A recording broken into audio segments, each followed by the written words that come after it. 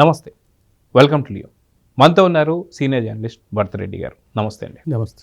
అసలు ఆట ఇప్పుడే మొదలైంది అంటూ ఏదో సినిమా డైలాగ్ ఉన్నట్టు కూటమి ప్రభుత్వం ఇప్పుడు ఆ డైలాగ్ మొదలుపెట్టిందని చెప్పి అనుకోవచ్చు. వాస్తవానికి ఇప్పటిదాకా రాష్ట్ర అభివృద్ధి కోసం పాటుపడ్డటువంటి ఒక కూటమి ప్రభుత్వం రాష్ట్రానికి పెట్టుబడులు వస్తున్నాయి, కంపెనీలు వస్తున్నాయి, ఎంతో రకమైన అభివృద్ధి జరుగుతుంది, గిన్నీస్ వరల్డ్ రికార్డులు స్థాయిలో రోడ్లు విస్తరణ జరుగుతుంది, ఇన్ఫ్రాస్ట్రక్చర్ జరుగుతుంది. ఇప్పుడు కూటమి ప్రభుత్వం వైసీపీకి సంబంధించిన ఆగడాల్ని ఇప్పుడు చూడబోతుందా? అదేవిధంగా గతంలో జగన్మోహన్ రెడ్డి గారు లండన్ వెళ్ళిన తర్వాత చంద్రబాబు నాయుడు గారిని అరెస్ట్ చేశారు. ఇప్పుడు చంద్రబాబు నాయుడు గారు దావోస్ వెళ్తున్నారంటే అటు జగన్మోహన్ రెడ్డి వెన్నులో వణుకు పుడుతుంది. అదేవిధంగా భారతిరెడ్డి గారు కూడా అంటున్నారు, నిజంగా జగన్మోహన్ రెడ్డి గారిని అదేవిధంగా భారతిరెడ్డి గారిని అరెస్ట్ చేసే అవకాశం ఉందా? ఎందుకంటే 22వ తారీఖున విజయసాయి రెడ్డి గారిని ఈడీ విచారణ చేస్తుంది, 23వ తారీఖున ఎంపీ మిథున్ రెడ్డి గారిని చేస్తుంది. సో ఎందుకు ఇంత సడన్గా ఇంత కీలక పరిణామాలు అంటే ఎలా చూడాలంటారు? ఖచ్చితంగా ఈడీ విచారణకు వచ్చిందంటేనే జగన్మోహన్ రెడ్డి మామూలుగా భయపడుతుంటాడు. ఎందుకంటే గతంలో కూడా సిబిఐ కేసులున్నా ఏ కేసులున్నా తను పెద్దగా చెల్లించిన సందర్భాన్ని మనం చూడలేదు.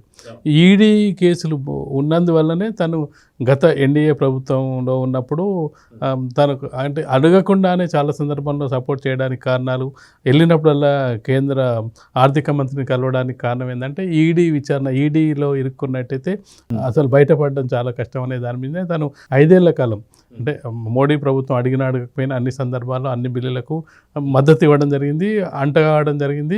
అసలు టీడీపీ బీజేపీ కలవకుండా ఉండే ప్రయత్నాలు కూడా చేయడం జరిగింది. ఎందుకంటే వీళ్ళిద్దరు కలిసినట్టయితే నాకు ప్రమాదం ఉంటుందనే విషయంలో చాలా ఎన్నికల్లో పొత్తు కుదరకుండా చాలా ప్రయత్నాలు చేయడం జరిగింది.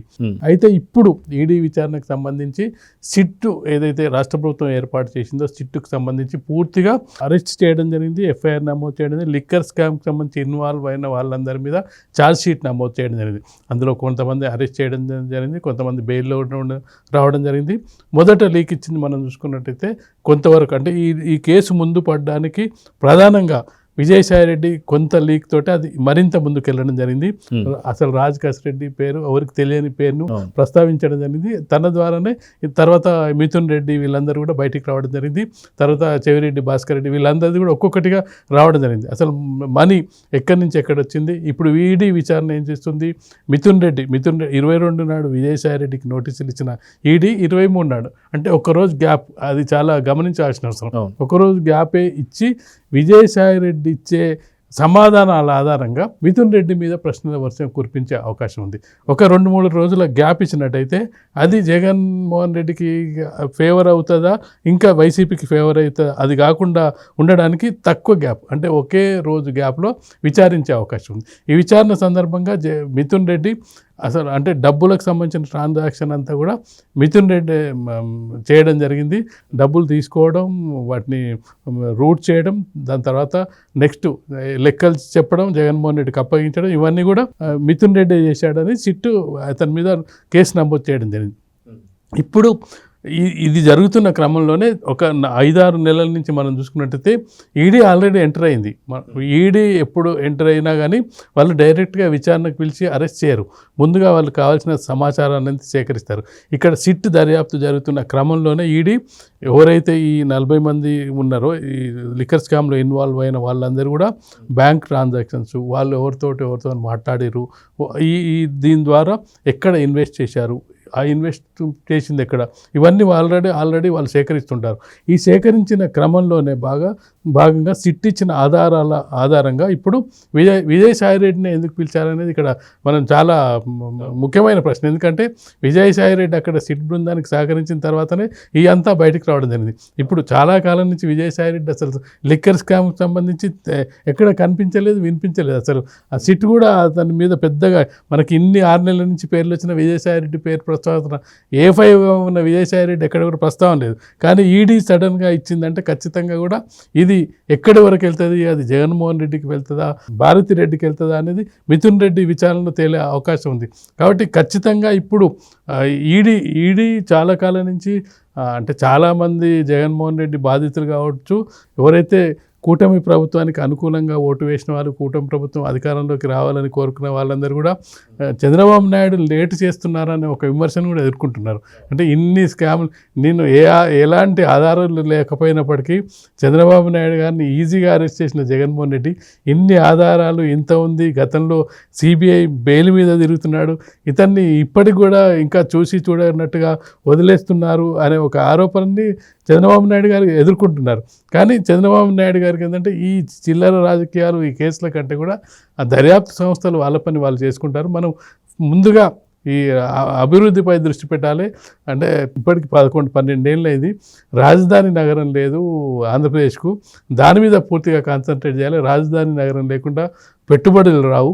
పెట్టుబడులు వచ్చే క్రమంలో దావోస్ పర్యటనలు పెట్టుకోవడం జరిగింది. ఈ క్రమంలో వీటిని ఎందుకనే ఉద్దేశంతో ఈడీ పని ఈడీ చేసుకుంటూ వెళ్తుందనే ఉద్దేశంతో తను చేయడం జరిగింది. ఈడీ అంటే ఖచ్చితంగా కూడా ఎవరికి ఈడీ విచారణ చేసినా అది చివరికి ఏంటంటే జగన్మోహన్ రెడ్డికి, భారతి రెడ్డికి తగిలే అవకాశం ఉంటుంది. ఇప్పుడు విజయసాయి రెడ్డి ఈడీ విచారించిన, తదనంతరం మిథున్ రెడ్డిని విచారించిన ఈ డబ్బులు ఎక్కడి నుంచి ఎక్కడికి వెళ్ళాయని ట్రాన్సాక్షన్కి సంబంధించిన వివరాలు ఖచ్చితంగా కూడా ఈడీ సేకరించే అవకాశం ఖచ్చితంగా కనిపిస్తుంది.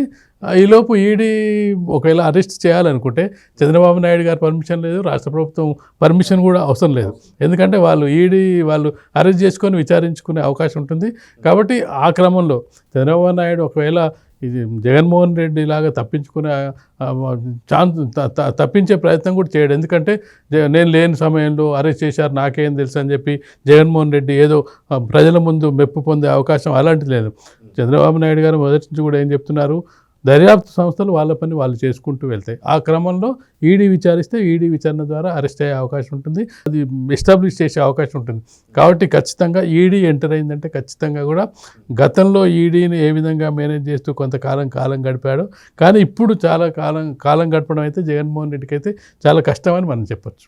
గతంలో కూడా మనం చూసుకుంటే వాస్తవానికి సిఐడికి కావచ్చు, లేకపోతే మిగతా వేరే దర్యాప్తు సంస్థలు దేనికి కూడా భయపడని వైఎస్ జగన్మోహన్ రెడ్డి గతంలో 16 నెలలు జైల్లో ఉన్నది కూడా ఈడీకి సంబంధించినటువంటి కేసులు. సో ఈడీ అరెస్ట్ చేసిందంటే ఇందాక మీరు అన్నట్టుగా వాస్తవానికి ఏదన్నా అరెస్ట్ చేసినప్పుడు మళ్ళీ మనం చెప్పుకోవాలి. కానీ ఇక్కడ ఈడీ అరెస్ట్ చేసిందంటే ఖచ్చితంగా మనం వెళ్ళి లేదు మేము తప్పు చేయలేదని చెప్పి నిరూపించుకోవాలి. సో వాస్తవానికి 2 ఏళ్ల జైల్లో ఉంటే ఏదైనా సరే ఒక అధికార ప్రతినిధి కావచ్చు, రాజకీయ పార్టీ నాయకుడు కావచ్చు, మళ్ళీ తను అనర్హుడు అని చెప్పి చెప్పుకోవచ్చు. సో ఇప్పుడు 2026లో అరెస్ట్ చేస్తే 2029లో ఎలక్షన్స్ ఉన్నాయి. సో 2 ఏళ్ళు జైల్లో ఉన్నాడంటే రాజకీయంగా పూర్తిగా పార్టీ భూస్థాపితం కాబోతుంది. సో ఇదే రకంగా ఇప్పుడు అరెస్ట్ అయితే ఏంటి అని చెప్పేసి వైసీపీ నాయకులు కూడా చర్చించుకుంటున్నారండి. సో నిజంగా ఇప్పుడు ఈడీకి ఎందుకు ఇంత భయపడుతుందంటే గతంలో 16 నెలలు పెట్టింది, ఇప్పుడు 2 ఏళ్ళు పెడితే ఏంటి పరిస్థితి అంటే ఏం చెప్తారు వైసీపీ పార్టీకి సంబంధించి? ఖచ్చితంగా జగన్మోహన్ రెడ్డి భయపడడానికి ప్రధానమైన కారణం అదే. ఈడీ అరెస్ట్ చేసినట్టయితే నేను మంచోడిని ప్రూవ్ చేసుకోవాల్సిన అవసరం ఉంది, ఈడీ ప్రూవ్ చేయాల్సిన అవసరం లేదు. జైల్లో ఎక్కువ కాలం ఉన్నది కూడా ఈడీ. సిబిఐని మేనేజ్ చేయడం చాలా ఈజీ, లేదంటే సాక్ష్యాధారాలు అయితే వాళ్ళ తర్వాత దాన్ని సాగదీసుకుంటూ ఉండొచ్చు. ఎందుకంటే మనం దీన్ని చూస్తున్నాం, ఇప్పుడు మన వివేక హత్య కేసు చూసినట్టయితే అది ఈ కేసు ఆ కేసు, ఈ కోర్టు ఆ కోర్టు అని చెప్పి ఈయన అటెండ్ కాకుండా దాన్ని సాగదీస్తున్నాం. ఈడీ విషయంలో అలాంటి తప్పించుకునే అవకాశం లేదు. మరొక అంశం ఏంటంటే ఇటీవల కాలంలో కేంద్ర ప్రభుత్వం కూడా ఒక చట్టం తీసుకురావడానికి ప్రయత్నం చేస్తుంది. ఎవరైతే జైల్లో ఉండి అరెస్ట్ అవుతుందో వాళ్ళు జీవితకాలం పోటీ చేయకుండా ఉండే అవకాశం ఉన్నట్టుగా ఒక చట్టం తీసుకొచ్చే అవకాశం ఉంది. దాన్ని సెలెక్ట్ కమిటీకి పంపడం జరిగింది. వచ్చే పార్లమెంట్ సమావేశాల్లో ఇప్పుడు అది కూడా ఆమోదం పొందింది. అంటే ఆమోదం పొందిన తర్వాత అసలు గతంలో ఉన్న 2 ఏళ్ల జైలు శిక్షకే ఈయనకు అనర్హత వేటు పడే అవకాశం ఉంటుంది. కాబట్టి ఇప్పుడు మరొకసారి ఈడీ కేసులు అయినట్టయితే తనకేంది అరెస్ట్ కావాలని జగన్మోహన్ రెడ్డికి ఉంది, కానీ ఈడీ కేసు ద్వారా వేరే విధంగా అరెస్ట్ అవుతున్నట్టయితే ఒక 6 నెలల సంవత్సరం జైల్లో ఉన్నా పర్లేదు, మళ్ళీ వచ్చి నేను ఎన్నికల టైంకి ఆ సింపతి తోటి నన్ను అరెస్ట్ చేశారు, అక్రమంగా చేశారు, అన్యాయంగా చేసుకొని ప్రజల వద్దకు వెళ్ళి మరొకసారి అధికారంలోకి రావాలనే కోరిక బలంగా ఉన్న నేపథ్యంలో చాలా సందర్భంలో చెప్పడం జరిగింది, నన్ను అరెస్ట్ చేసుకోండి, నేను జైల్లోకి వస్తాను, తర్వాత పాదయాత్ర చేస్తాను. ఇవన్నీ ఎందుకు చెప్పాడంటే ఈ ఈడీ ద్వారా కాకుండా సిఐడియో సిబిఐయో లేకపోతే సిట్ ద్వారా ఇట్లా అరెస్ట్ అయినట్టయితే అది వెంటనే బెయిల్ వస్తుంది, కొద్ది రోజులు ఉండొచ్చు, దాని తర్వాత ప్రజల సింపతి గెయిన్ చేయొచ్చు అని. అందుకే ఇక్కడ చంద్రబాబు నాయుడు గారు కూడా ఏం చేస్తుందంటే సాక్ష్యాధారాలు ఇవన్నీ ఉన్న తర్వాత ఈడీ లాంటి వాళ్ళు సంస్థలు చేసినట్టయితే అక్కడ అనర్హత వేటు పడే అవకాశం ఉంటుంది, వీటి ద్వారా ఈజీగా మేనేజ్ చేసే అవకాశం ఉంటుంది. కాబట్టి ఖచ్చితంగా ఈడీ మొదటి నుంచి కూడా జగన్మోహన్ రెడ్డి ఈడీకి ఏ విధంగా భయపడుతున్నారో ఇప్పుడు మరొకసారి అయితే భయపడే అవకాశం అయితే మనకు కనిపిస్తుంది. సో చూద్దాం సార్, ఖచ్చితంగా ఈడీ మాత్రం తగు చర్యలు తీసుకోబోతుంది. ఈసారి అరెస్ట్ చేస్తే ఇక వైసీపీ పార్టీ భూస్థాపితం కాబోతుందని అయితే అర్థమవుతుంది. సో చూద్దాం ఏం జరగబోతుంది. నమస్తే. Please subscribe to Leo News for more videos.